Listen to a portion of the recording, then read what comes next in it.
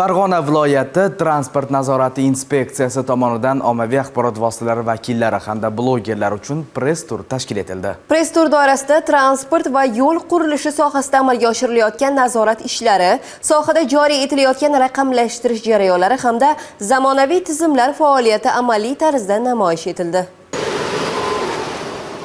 Press-turning dastlabki manzilida katta hajmdagi yuk tashuvchi avtomashinalar to'xtatilib, maxsus nazorat tarozilaridagi yuk og'irligi tekshirildi. Shuningdek, transport vositalarining texnik holati ko'zdan kechirilib, harakat xavfsizligi talablariga qay darajada javob berishi o'rganildi. Jarayon davomida haydovchilar bilan suhbatlar o'tkazilib, yo'l harakati qoidalariga rioya qilish, ortiqcha yuk bilan harakatlanish oqibatlari hamda transport xavfsizligi bo'yicha tushuntirish ishlari olib borildi. Press-turda o'sha nazorat reyd tadbirlari qanday amalga oshirilishi va nima uchun amalga oshirishini bevosita guvoh bo'lib turibsiz.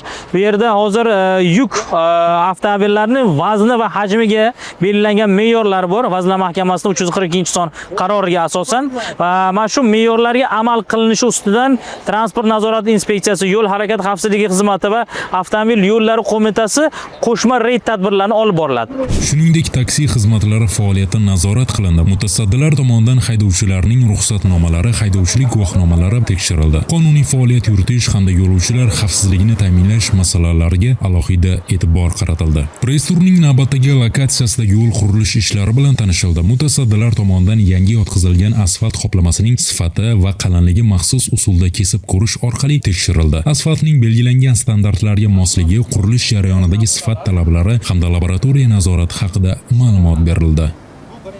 Biz nazorat inspeksiyasi tomonidan Markaziy sinov laboratoriyasi Farg'ona viloyat hududiy bo'limi xodimlari tomonidan mazkur obyektda bajarilgan ishlarda sifat ko'rsatkichlarini loyiha talablariga, amaldagi me'yor talablariga mosligi yuzasidan laboratoriya namunalarini olyapmiz.